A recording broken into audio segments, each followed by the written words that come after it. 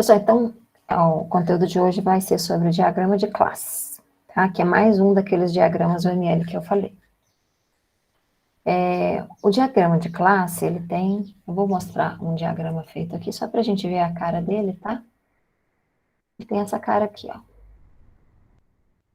Esse. Tá? Ele tem essa cara aqui. Mas isso aqui é um diagrama já utilizando os compartimentos todos das classes, né? Então, aqui talvez esse seja o diagrama que vocês já tenham tido mais contato, né? Por causa da orientação ao objeto. Cada retângulo desse é uma classe e cada retângulo é formado por 3 compartimentos aqui, ó. Então, aqui eu tenho o nome da classe. Quando eu quero modelar os atributos, ou seja, as características dessa classe, eu tenho aqui esse segundo compartimento com essa finalidade. E quando eu quero modelar os procedimentos e os métodos que essa classe vai ter, eu tenho esse terceiro compartimento para essa finalidade, tá? Aqui eu consigo já colocar o nome do atributo e o tipo daquele atributo, né? E também consigo colocar a visibilidade desse atributo, né? Da mesma forma que na programação a gente pode colocar uma coisa como pública, privada, ou esqueci outro termo. Enfim, você pode estabelecer aqui a visibilidade, ok? A gente tem os relacionamentos entre as classes, então todas essas setas aqui, ó, essas linhas, são relacionamentos. E a gente também tem aqui o que a gente chama de multiplicidade, que é uma estratégia, um ferramental da notação para definir qual a participação desse conceito do lado de cá com esse conceito do lado de cá. Ou seja, quantos podem participar desse relacionamento? Se eu posso ter um do lado de cá e vários do lado de cá, e assim sucessivamente, tá? Então, a gente vai passar por cada coisa com calma. O que tem que ficar claro é que o diagrama de classe, ele, da mesma forma que os outros diagramas, ele pode variar de acordo com o momento em que você faz ele dentro do desenvolvimento, tá? Alguém falou alguma coisa aqui, tá vendo isso em banco de dados? Isso. Só que em banco de dados, geralmente vocês usam o diagrama de entidade e relacionamento, tá? Que não é o diagrama de classe, é um outro diagrama, mas que obviamente vai ter, é como assim, o diagrama lá está cobrindo quase a mesma perspectiva do que o diagrama de classe cobre, então a gente vai ver muita similaridade, tá? Só que cada um tem sua notação, então vocês têm que tomar um certo cuidado para não confundir um diagrama com o outro, ok? Então aqui a gente tem essa possibilidade de usar todo o ferramental do diagrama, todos os compartimentos de cada classe, ou também a gente vai ver que às vezes a gente não vai, por exemplo, utilizar o segundo e o terceiro, vai colocar só o nome aqui, aí vai estar usando só o primeiro. Quando a gente vai utilizar uma coisa ou a outra, vai depender do objetivo daquele diagrama. Você está fazendo um diagrama, por exemplo, lembra quando a gente estudou processos, que a gente disse o seguinte, no início do desenvolvimento, às vezes a gente faz uma análise muito preliminar dos requisitos, onde a gente faz a viabilidade do sistema, que é para a gente saber se a gente vai pegar aquele projeto ou não. Então, às vezes ali, a gente quer entender o domínio do problema de uma forma mais superficial. Então, a gente pode fazer o que a gente chama de modelo conceitual, e aí a gente usa a sintaxe do diagrama de classe aqui, mas não precisa, por exemplo, detalhar nem atributo e nem procedimento. Porque lá, inclusive, a gente não tem como ter procedimento. O procedimento de classe é uma coisa que só passa a existir quando a gente passa a ter um projeto do software. Ou seja, na frente, lá no desenvolvimento. Porque a gente já está pensando na implementação. Mas se eu estiver no inicinho, fazendo análise, ou mesmo fazendo uma viabilidade do sistema, e eu quero só explorar o modelo conceitual do problema, não faz sentido, por exemplo, eu ter procedimentos, porque eu ainda não tenho as classes, né? Então, o diagrama tem essas variações de acordo com o objetivo que você tem para ele naquele momento que você está fazendo, tá? Se eu já estou em um momento mais avançado, igual eu falei, por exemplo, eu estou na fase de projeto, já estou pensando nas classes mesmo que serão implementadas, aí eu vou completar ao máximo esse diagrama. Eu vou fazer aqui o nome, pensar nos atributos, já posso pensar em visibilidades ou não desses atributos. E a mesma coisa para os procedimentos. Por quê? Porque depois isso aqui vai ser codificado. E algumas ferramentas, inclusive, podem fazer a codificação automática desse diagrama e já converter isso para o código em determinadas linguagens. Então, a forma como a gente vai explorar o diagrama depende também do nosso objetivo, tá? Então, aqui a gente vai aprender a notação, mas eu estou dizendo isso para vocês entenderem que às vezes vocês vão ver diagramas de classe enxutos, com só alguns compartimentos sendo usados, outros mais completos, e a razão disso é isso que eu acabei de explicar. Então, vamos voltar para o início e vamos explorar aqui os elementos do diagrama. Ok. Então, o diagrama de classe descreve os tipos de objeto no sistema, ou no problema, caso a gente esteja fazendo um modelo conceitual, tá? E os vários tipos de relacionamentos estáticos que existem entre eles. As classes representam as propriedades e o comportamento de um conjunto de objetos no sistema. E este diagrama mostra quais são as classes do sistema, seus atributos, suas operações e a relação entre as classes, tá? Se for um modelo conceitual, mostra que os conceitos, os atributos desses conceitos e as relações entre esses conceitos. Aí aqui está falando exatamente o que eu expliquei, né? O diagrama de classe e o ciclo de vida do software. Se a gente vir o diagrama sendo feito no início, ele vai ser menos detalhado. Se a gente estiver já fazendo, por exemplo, diagrama em tempo de projeto, a gente vai ver que a gente vai detalhar mais esse diagrama. Agora, uma coisa não exclui a outra, tá? A gente pode perfeitamente, por exemplo, começar com o modelo conceitual, ainda fazendo a viabilidade do sistema, guarda esse modelo conceitual, vai fazer a análise de requisitos, a gente já pode explorar melhor os atributos, pega esse mesmo modelo conceitual e incrementa ele. Agora, coloca já os atributos. Guarda ele. Quando vai fazer o projeto, a gente vai adicionar os procedimentos. Então, é só para vocês entenderem que, assim, o mesmo modelo conceitual lá do início, né, pode ir aos poucos se tornando um diagrama de classe de projeto lá na frente, porque a gente vai aos poucos recheando ele à medida que a gente vai caminhando no desenvolvimento, tá? Quando a gente tem, então, um diagrama de classe, o elemento mais importante é a classe, né? Ou conceito, se a gente estiver fazendo modelo conceitual. É representado aqui por esse retângulo. São 3 compartimentos possíveis. E o primeiro é o nome, esse aqui é obrigatório. O segundo é de atributos e o terceiro é de procedimentos. Esses últimos 2, eles são opcionais.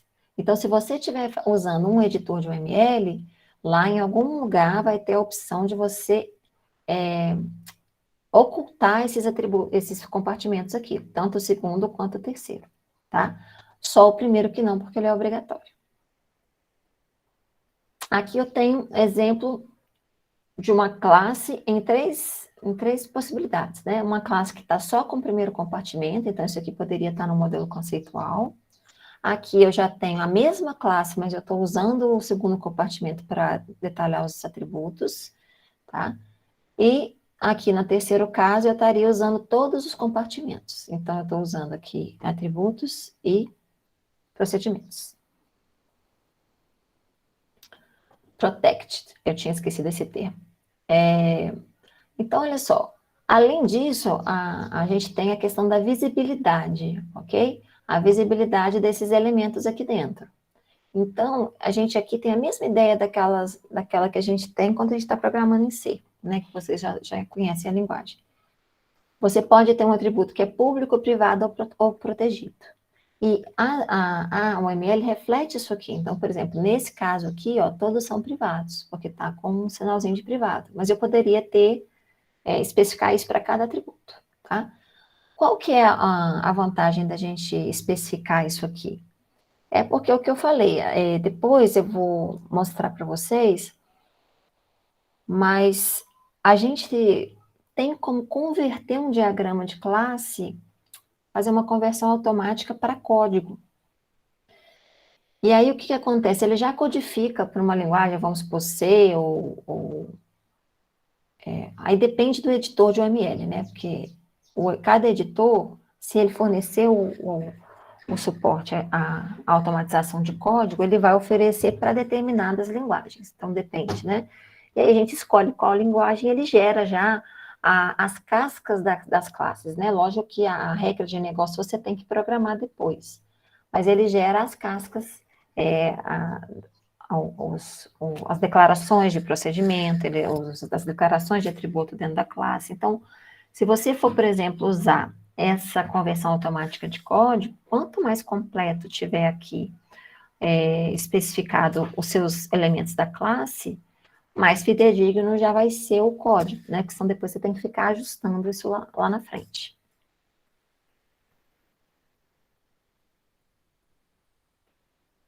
E aí, a partir do momento que você já tem as classes, você tem que pensar nos relacionamentos, que a gente aqui chama de associações. Então, o que é uma associação entre as classes? É uma relação indicada aqui por uma linha, tá? Se eu tenho aqui uma linha e uma associação, significa que as classes do mundo real, elas se relacionam. Então, se eu estiver pensando em nível de análise e viabilidade, onde eu estou fazendo aquele modelo conceitual que eu citei, eu coloco uma associação aqui. Se eu identifiquei que no mundo real eu tenho um conceito que se relaciona com o outro, tá? Então, aqui, por exemplo, no problema de vendas, se eu analisar o mundo real, eu sei que às vezes um vendedor, ele se relaciona com um pedido. Por quê? Porque eu quero armazenar que pedidos esse vendedor efetuou, ou mesmo quem foi que vendeu aquele pedido. Então, aí eu estou identificando uma relação entre os conceitos, tá? Aqui eu já tenho um fragmento que é mais completo, né? Então, essa associação aqui está sendo refletida também aqui. Essa relação em que eu tenho que estabelecer que vendedor fez que pedidos. Então, eu coloco essa associação aqui, e aí eu uso essa questão da multiplicidade para estabelecer as regras de como essa associação se dá. Porque se eu não estabeleço nenhuma regra, eu não guio, por exemplo, essas restrições. Então, eu posso dizer que, por exemplo, um vendedor pode ter feito vários pedidos, que um pedido pode ter sido efetuado ao mesmo tempo por vários vendedores ou só por um vendedor. A multiplicidade vai me ajudar nesse sentido, tá? Então, eu vou mostrar as possibilidades de multiplicidade, mas aqui, nesse caso aqui, o que eu estou vendo como modelado é que eu sei que um vendedor, ele pode efetuar 0 pedidos ou muitos, mas um pedido só pode ser efetuado por um vendedor. A multiplicidade me impõe essa restrição aqui para a associação, ok? E qual que é a importância da gente definir isso? Isso é detalhamento, né? Então, eu tenho que saber isso, porque depois isso vai ser refletido no banco de dados, nos controles de integridade referencial, na própria implementação que tem que zelar para que isso aí seja preservado. Então, essas especificações de multiplicidade são importantes para depois a gente saber como implementar isso no sistema, tá? Isso se parece muito, inclusive, com o diagrama entidade-relacionamento, porque lá a gente também vê multiplicidade. Agora, a gente observa alguns casos particulares de associação, tá? Então, eu vou mostrar aqui por quê. Porque quando a gente vai modelar, a gente tem que saber que elas existem e que a anotação nos oferece esse ferramental para poder modelá-las. Às vezes você tem uma associação que denota não só um relacionamento simples, mas ela denota que um dos conceitos de um lado é formado pelo outro conceito do outro lado, tá? A gente tem aquela ideia de parte todo, ou seja, você tem de um lado as partes e do outro lado o todo composto por essas partes. Que é o caso aqui desse exemplo, né? Vamos supor que a gente estivesse num sistema onde eu tenho um conceito equipe e tenho um conceito jogador. E eu sei que a equipe ela é formada de jogadores, ou seja, o todo aqui é a equipe. E a parte aqui são os jogadores, né? Os jogadores compõem a equipe, parte compõe o todo.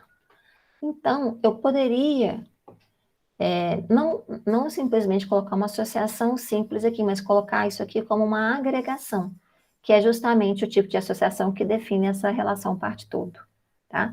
Ela é denotada aqui por essa linha, com esse losango não preenchido, e ela denota exatamente isso. Quando eu bato o olho, eu sei que esse conceito é formado por vários desse aqui, ok?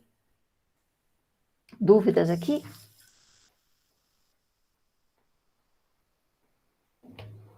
Agora, às vezes, eu tenho uma agregação, digamos assim, muito forte, mais forte do que o normal, que ela reflete um conceito de parte todo, mas por que que ela é um parte todo mais forte? Porque se eu não tiver a parte, o conceito que denota a parte, não faz sentido eu ter o conceito, desculpa, gente, se eu não tiver o conceito que denota o todo, não faz sentido existir o conceito que denota a parte, tá? Então, esse aqui é um exemplo clássico disso. Eu tenho num problema, por exemplo, de vendas, né, de pedidos. Eu tenho o pedido e eu tenho o conceito item do pedido, tá? Não sei se fica muito claro, mas imagina quando você vai numa loja que a pessoa vai fazer a nota fiscal, ela tem o pedido ali, tem o número, etc. Quando ela começa a preencher o que você comprou, a cada item que ela comprou, que você comprou, ou seja, uma calça que custou tanto, foram 3 unidades. Uma blusa que foram duas, é, é, tantos reais cada uma. A cada linha daquela é o item do pedido, tá? Então, não faz sentido eu ter um item de pedido se não existe pedido, concorda? Não faz sentido. Então, quando a gente visualiza esse tipo de situação, parte todo, onde sem o todo não faz sentido a parte, aqui eu tenho uma composição e ela é denotada aqui por uma linha e um losango preenchido do lado do todo, tá? Então, vejam que ela está junto com o pedido. Aqui no exemplo anterior, por exemplo, apesar de eu ter agregação, se a equipe não existir, ainda faz sentido. No mundo real, eu ainda tenho jogadores, independente de equipe, né? Eu posso ter um cadastro de jogadores. Mas aqui não faz sentido eu ter um cadastro de itens de pedido se eu não tenho cadastro do pedido. Porque um item de pedido, ele naturalmente tem que estar associado a um pedido que existe, tá? Então, isso aí seria a relação de composição. Aí, falando um pouquinho das multiplicidades, eu já adiantei, são quantos objetos dessas classes vão poder participar desse relacionamento, né? Então, esse exemplo já estava lá, ó, né, do vendedor e pedido, ou seja, um vendedor pode fazer 0 ou mais pedidos, e um pedido só pode ser feito por um vendedor, e aqui nesse caso, eu tenho que um pedido ele pode ter um ou mais itens, isso aqui não faz sentido, tá? Que bom que tá aqui, que aí eu vou explicar por quê. A gente às vezes menospreza a multiplicidade, mas ela evita às vezes erros de implementação, né? Se eu voltar para esse início aqui, ó, para esse primeiro exemplo, eu vejo que é possível haver vendedores cadastrados no meu sistema que ainda não tenham feito nenhum pedido. Por quê? Porque tem o 0 aqui, tá? O que é certo? 0 ou outra coisa? Aí depende. Depende de qual que é o problema e de qual que é a especificação do requisito para aquele sistema. Mas o que é importante? É você ser fiel ao requisito. Às vezes, por exemplo, você não pode ter um vendedor cadastrado sem pedido no sistema, então você tem que ajustar isso aqui. Isso aqui teria que ser de 1 para muitos. Porque se for de 0 para muitos, você está permitindo o quê? Que existam vendedores que ainda não fizeram nenhum pedido. Ok? E aí, quando o implementador for checar essas multiplicidades, se isso aqui não estiver correto, ele vai implementar o sistema de um jeito que às vezes não é o que o requisito estava pedindo. Por exemplo, ó, eu tenho o item, eu tenho que um pedido pode ter um ou mais itens. Tudo bem, faz todo sentido. Eu posso ter um pedido sem itens? Não faz o menor sentido, né? Então, realmente, tem que ser de 1 para muitos e não de 0 para muitos, né? Agora, se eu acabei de falar que o item não faz sentido ele existir sem o pedido, eu não posso ter essa multiplicidade aqui, né? Porque, assim, um item, ele pode estar ligado a 0 pedidos? Não. Então, isso aqui é um errinho do slide, tá? Aqui teria que estar só 1 e não 0 para 1, ok? Então, vejam que as multiplicidades, elas evitam que a gente cometa esses pequenos erros que depois da implementação vão dar origem a bugs, Então, corrijam aí, tá, gente? Eu vou corrigir nos slides, mas como a aula vai ficar gravada, aqui seria 1 e não 0 a 1. Um outro relacionamento seria o de generalização e especialização, tá? Esses, geralmente, vocês já tiveram acesso, né? Já tiveram contato com eles por causa da orientação a objeto das linguagens que vocês utilizam lá na SIM 110. Então, o que é a generalização? É um relacionamento onde temos uma classe ancestral, que seria o supertipo, e outras classes herdadas, os subtipos. Então, aqui, ó, eu tenho a classe ancestral, que é funcionário, e eu tenho as classes herdadas, que são o gerente e o vendedor, tá? É muito comum a gente ver classe pai e classe filhos, também esse termo. Bom, essas classes, né, as filhas aqui, elas têm que herdar os atributos que estão na classe pai. É isso que significa a generalização. Significa que essas classes aqui terão todas as características do ancestral, mais as que estão especificadas nela mesma, né? Na implementação física, ela corresponde a um processo de herança, e este é um relacionamento ISA, ou seja, é um. O que é esse ISA? Gerente, ISA, funcionário, ou seja, gerente é um funcionário, tá? Então, essa associação, ela denota essa relação de ISA. Ela é identificada por esse símbolo aqui, certo? Que é o triângulo com a linha, e o triângulo está sempre plugado aqui na classe pai, ok? Então, aqui eu tenho um exemplo, né? Um funcionário ele pode ser gerente ou vendedor. Então, como vários desses atributos estão presentes tanto em gerente quanto em vendedor, a gente encapsula isso numa classe pai, o que é comum aos dois, e o que é específico de cada classe a gente deixa aqui embaixo, tá? Aqui eu tenho pessoa, estudante e professor. É um caso similar, né? Então, eu entendo aqui que professor tem nome, idade, mais a lista de estudantes, e estudante tem nome, idade, mais as notas, ok? Então, aqui eu tenho um exemplo de um fragmento de diagrama de classe, né? Seria aqui dentro do contexto de um sistema de vendas, de pedidos, né? Então, eu tenho aqui, por exemplo, esse funcionário, ele é uma classe para vendedor e gerente. Eu observo que o vendedor, ele tem uma relação com o pedido. Por quê? Porque são vendedores que fazem os pedidos no sistema, né? Então, eu vejo aqui, ó, que um vendedor, ele pode fazer 0 ou mais pedidos, ok? O pedido, por sua vez, ele é formado por vários itens de pedido aqui, né? E, ao mesmo tempo, ele se relaciona com essa enumeração aqui, que é quando a gente quer especificar como se fosse pré-tipos, né, para serem usados no diagrama. Então, ele se relaciona com esse tipo aqui, porque ele pode ser um pedido atendido, pendente ou cancelado. Eu tenho aqui um outro fragmento, que é o fornecedor, e ele fornece um produto, né? Aqui está faltando as multiplicidades, mas eu poderia ter que um fornecedor fornece um ou mais produtos, eu colocaria um para asterisco, e eu posso ter que o produto é fornecido por um fornecedor ou por mais de um fornecedor, aí depende da regra de negócio do sistema, né? Eu não sei qual que é a realidade do cliente. Se ele, por exemplo, tem exclusividade com o fornecedor, aqui vai ser, cada produto é fornecido por um só fornecedor. Caso contrário, eu vou ter outra multiplicidade aqui, né? E eu ainda observo que ele tem aqui uma relação entre item e produto, tá? Ou seja, essa relação aqui é porque o item aqui, do jeito que ele foi modelado, o item, né, do pedido, ele tem um código, ele pode ter um desconto ou não, e tem a quantidade. Mas qual que é o produto vendido? Ele está ligado justamente a um produto aqui, tá? Ele tem essa relação, ou seja, um item do pedido, da nota, ele é relativo a um produto específico do estoque desse sistema, tá? Dúvidas aqui, gente? Então, aqui eu vou voltar aqui na generalização, tá? E fazer só uma observação. Quando a gente está fazendo, independente de ser modelo conceitual ou já o diagrama de projeto, Existem algumas armadilhas e algumas ciladas conhecidas aqui na hora que você está especificando a generalização, né?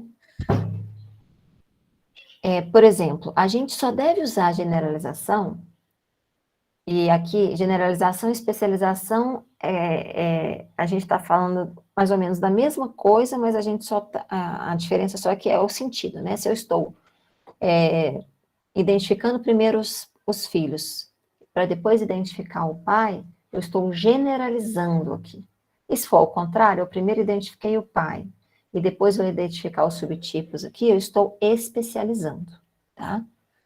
Mas nesse contexto aqui, uma cilada que às vezes a gente observa são classes desvirtuadas, tá? Então, às vezes, por exemplo, uma pessoa coloca uma classe aqui, pai vazia, e coloca aqui cada uma dessas classes filhas com atributos específicos. Se a gente está tendo uma classe vazia em cima, provavelmente essa generalização, especialização não era necessária, tá? Então, a gente sempre deve julgar se aquela generalização, especialização, ela é realmente necessária, porque isso pode implicar em complexidade na hora de implementar, né? Então, o modelador ele deve fazer essa análise e entender se realmente é o caso de uma generalização ou se, às vezes, o que ia ser modelado com um pai e dois filhos não pode ser modelado apenas como duas classes diferentes, tá? Mas isso aí vai ser a análise do modelador em cima do problema, ok? Bom, então, uma outra coisa que às vezes a gente precisa modelar, e que a OML dá esse ferramental para a gente, são as classes de associação, tá? Às vezes você vê dois conceitos são relacionados, mas você ainda precisa guardar informações sobre esse relacionamento aqui. Então, você pode, de repente, derivar desse relacionamento uma classe de associação igual está aqui, tá? Então, esse exemplo aqui, eu tenho um fornecedor e eu tenho produto. Então, se eu tenho uma relação aqui, eu tenho uma relação porque esse produto é fornecido pelo fornecedor, né? Mas, por exemplo, vamos supor que eu quero guardar exatamente a data e o valor total de cada fornecimento que foi feito por esse fornecedor.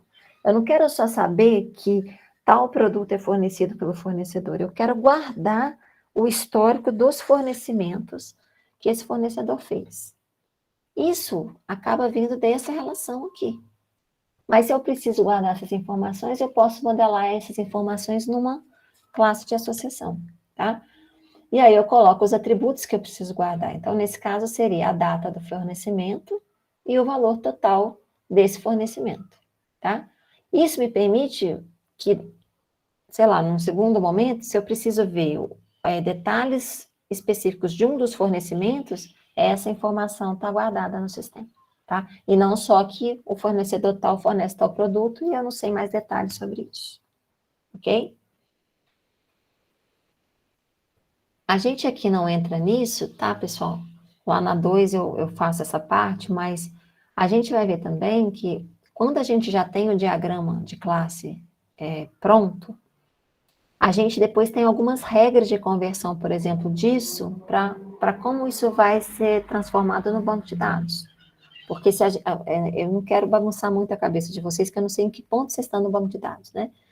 Mas depois que vocês já tiverem tido a experiência com o banco, vocês vão perceber, por exemplo, que aqui eu consigo praticamente ver 3 tabelas no entidade relacional. Isso aqui provavelmente vai virar uma tabela de fornecedor, uma tabela de produto e uma outra tabela que vai ser o fornecimento, que vai puxar uma informação do fornecedor, vai puxar uma informação do produto e ainda vai guardar esses outros 2 atributos aqui, tá? Então, isso também é uma outra questão associada a se fazer o diagrama de classe. Você pode derivar o código-fonte, pelo menos a casca dele, e também você tem as regras para transformar a orientação objeto, que é o paradigma usado no diagrama, né, para o entidade relacionamento e já extrair as tabelas do banco de dados, tá? Bom, Aí aqui eu tenho alguns exemplos, assim, alguns casos específicos só para comentar, tá? Às vezes a gente pode ver num diagrama, né? Aqui é um fragmento de um diagrama conceitual, porque a gente está vendo que só o primeiro compartimento das classes está sendo usado, é só o nome. Às vezes a gente visualiza uma associação recursiva ou reflexiva. Então, o que, que é isso? Né? É um caso particular de uma associação de um conceito com ele mesmo. Vejam que aqui eu tenho um relacionamento de empregado para empregado, tá? Então, aqui eu estou lendo, ó, eu tenho uma companhia, né, uma empresa, e aí o que, que acontece? Eu tenho o conceito empregado, mas eu quero guardar quem é chefe de quem. Só que assim, se a pessoa é chefe ou se ela é empregado, né, ou se a pessoa é um chefe ou é o subordinado de alguém, ainda assim ela é um empregado. Então, notem, aqui eu visualizo isso acontecendo, essa associação recursiva, porque todos são empregados, mas quem é chefe de quem? Essa associação aqui, ó, é justamente para representar isso, tá? E vejam, eu tenho esse rótulo aqui que a gente chama de papel de um lado, e eu tenho esse rótulo do outro lado da associação, né? Nessa ponta da associação está chefe, nessa ponta da associação está subordinado. E aí, o que, que acontece? Eu tenho que um chefe, ele pode ter 0 ou mais subordinados. Mas um subordinado só pode ter um chefe, tá? Então, isso aí já modela qualquer realidade no contexto do problema que a gente está desenvolvendo. Aqui eu também tenho um outro exemplo, né? Eu tenho pessoas, mas eu quero guardar quem é marido de quem. Então, desse lado eu tenho papel marido, desse lado eu tenho papel esposa. E aqui é o nome da relação, tá? A gente não chegou a ver isso ali atrás, mas a gente pode colocar esses, que a gente chama de papel, é uma informação a mais que você coloca nas pontas da associação para identificar qual que é o papel desse conceito nessa associação aqui, tá? Então, eu vejo aqui que eu posso ter uma pessoa que é esposa de uma outra pessoa, tá? Ou eu posso ter uma pessoa que é marido de uma outra pessoa, ok? Então, esses seriam exemplos de associação reflexiva. Só para vocês saberem que pode acontecer numa modelagem, não estaria errado. Ah, e aqui, qual seria a multiplicidade? Alguém arrisca?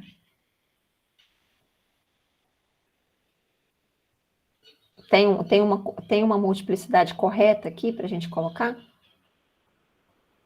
Não sabe? Bom, se eu tiver aqui no Brasil, eu tenho que fazer 1 para 1, concorda? Porque aqui você não pode legalmente ser casado com mais de uma pessoa. Mas se eu tiver em outros países onde onde a pessoa pode estar casada com outra pessoa, com várias pessoas, a multiplicidade já mudaria aqui. Olha que interessante, um detalhe pequeno, mas que reflete a realidade, tá? Então, se, por exemplo, uma pessoa está num país onde, onde ela pode estar casada com, sei lá, 0 ou 3, 4, 5 pessoas, estaria aqui 0 para muitas, uma para...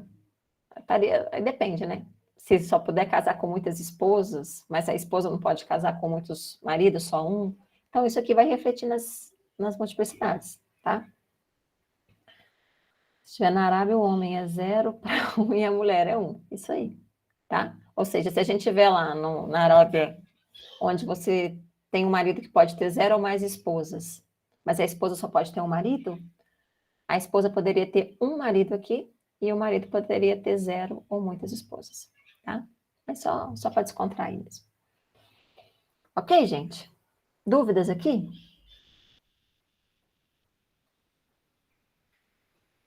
O diagrama de classe, ele acaba sendo um dos mais utilizados no nosso contexto. E existe um ferramental muito maior do que o que eu mostrei para vocês aqui, tá? No diagrama.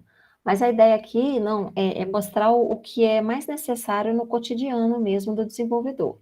Mas a anotação oferece, assim, uma riqueza de detalhes muito maior do que isso aqui, mas não se justifica pelo contexto da disciplina eu mostrar para vocês, tá? Ok, e o outro diagrama que eu queria mostrar é o diagrama de pacotes, tá? Essa questão de pacote também é uma coisa que vocês já são mais familiarizados por causa das implementações que vocês já fazem nas outras disciplinas, né? Porque a maior parte dessas linguagens que a gente utiliza usa também esse conceito de pacote para quê? Para agrupar códigos-fontes relacionados, né?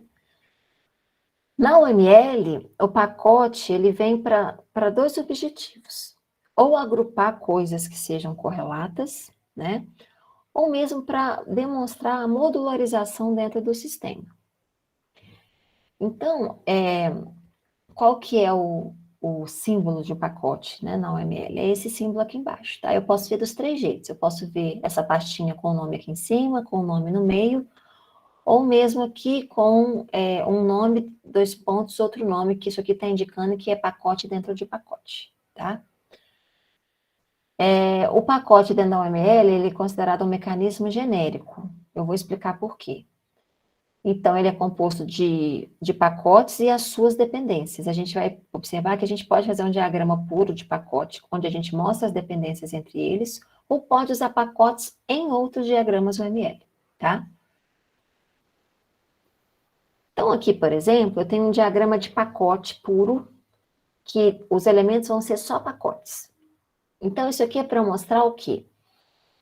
Aqui ele subentende que dentro de cada pacote desses, eu tenho um conjunto de classe, que tem algum tipo de objetivo, geralmente são classes correlatas, tá? Eu noto aqui, por exemplo, por esse exemplo, que eu tenho classes relacionadas a view mobile, a view web, eu tenho aqui um outro pacote que é relacionado à camada de negócio, e o outro que é relacionado à camada de persistência. Então, o que eu entendo daqui? Que aqui eu tenho classes que cuidam das visualizações para o módulo mobile do sistema, que aqui eu tenho classes, e lá dentro, as próprias classes vão ter os seus relacionamentos, é como se a gente enxergasse que lá dentro tem um diagrama de classe específico, tá? Com seus relacionamentos, com seus atributos, etc. Aqui eu teria as classes da visualização web, aqui da camada de negócio, que geralmente é aquelas classes que cuidam das regras de negócio, né? E aqui as que cuidam de persistência, banco de dados, etc. Ok? E eu percebo o seguinte, que existem dependências entre esses pacotes. Eu observo que existe dependência ida e volta, né? Entre WebView e Business Layer, entre Mobile View e Business Layer.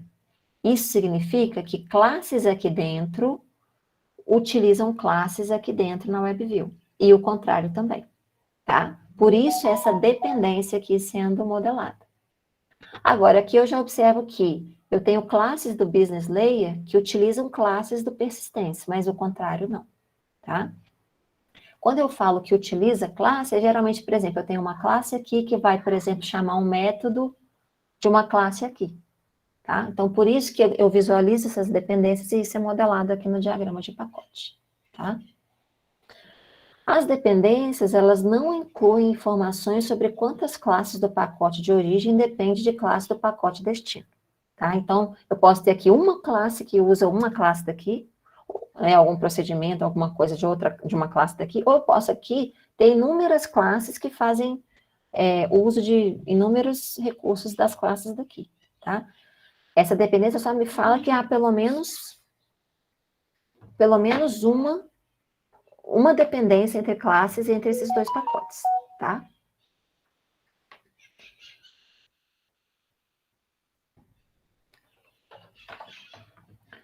A seta tracejada do diagrama de pacote, ela representa qualquer tipo de relacionamento que possa haver entre essas classes que compõem os pacotes. Então, a gente viu que, às vezes, no diagrama de classe teria associação, teria especialização, enfim. O que ele quer dizer é, essa dependência não especifica que, por exemplo, são associações simples entre a classe de K e a classe de K, tá? Só que existe algum tipo de associação que pode ser qualquer uma daquelas que a gente viu no diagrama de classe. Então, isso aqui, gente, quando o pacote é usado dessa forma, ele é muito útil para mostrar a estruturação macro do sistema, ou seja, os módulos principais ali, tá? E como que eles estão estruturados e como eles se relacionam. Agora, aqui a gente já tem o quê? um diagrama maior, tá? E a gente tem isso aqui sendo exemplificado, por quê? Porque você pode ter um pacote dentro de outros pacotes, né? Então, aqui de novo, é só pacote que tem aqui, eu tenho os relacionamentos de dependência sendo mostrados, mas aqui eu ainda coloquei aqui como se eu pegasse esse pacote aqui, Bitmap Join Index, expandir esse pacote para ainda mostrar como que os pacotes, os subpacotes estão aqui dentro, tá? Então, isso é de novo, para dar uma noção geral, né, sobre a organização e modularização do sistema, tá? Vejam que o diagrama de pacote é muito simples, porque ele só tem dois tipos de elemento, né? O pacote e as dependências. Agora, um outro uso que a gente vê do pacote em si, do elemento pacote, é ver ele sendo utilizado em outros diagramas UML. Mas aí o que? Para a organização do diagrama, tá? Então, a gente pode visualizar ele sendo usado em diagrama de classe, em diagrama de caso de uso, de componente. E aí, eles seriam, né, pacotes de classe, pacotes de componente e pacotes de caso de uso.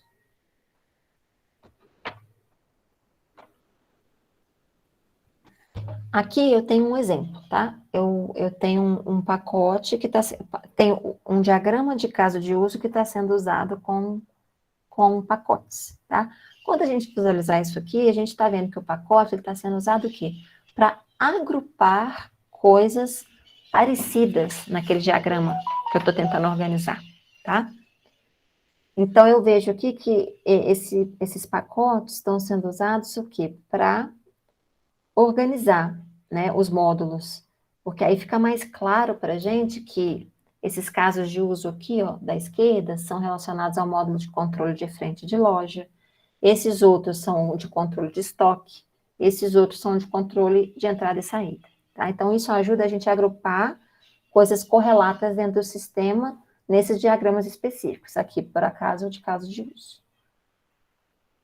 Aqui já seria um diagrama de classe, onde você está vendo o uso de pacotes para organizar as classes correlatas, tá? Então, nos editores de UML, você pode utilizar dessa forma também. O pacote ele tem essa flexibilidade, de você poder colocá-lo nesses outros diagramas com esse objetivo de agrupar elementos semelhantes, tá? Elementos correlacionados.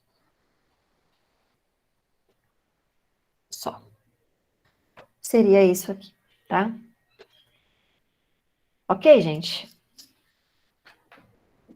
Dúvidas aqui?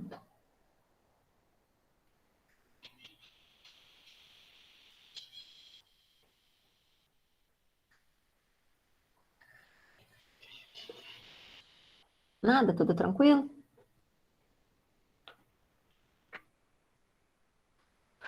Bom, então o que a gente tinha para ver de UML é isso aqui, tá?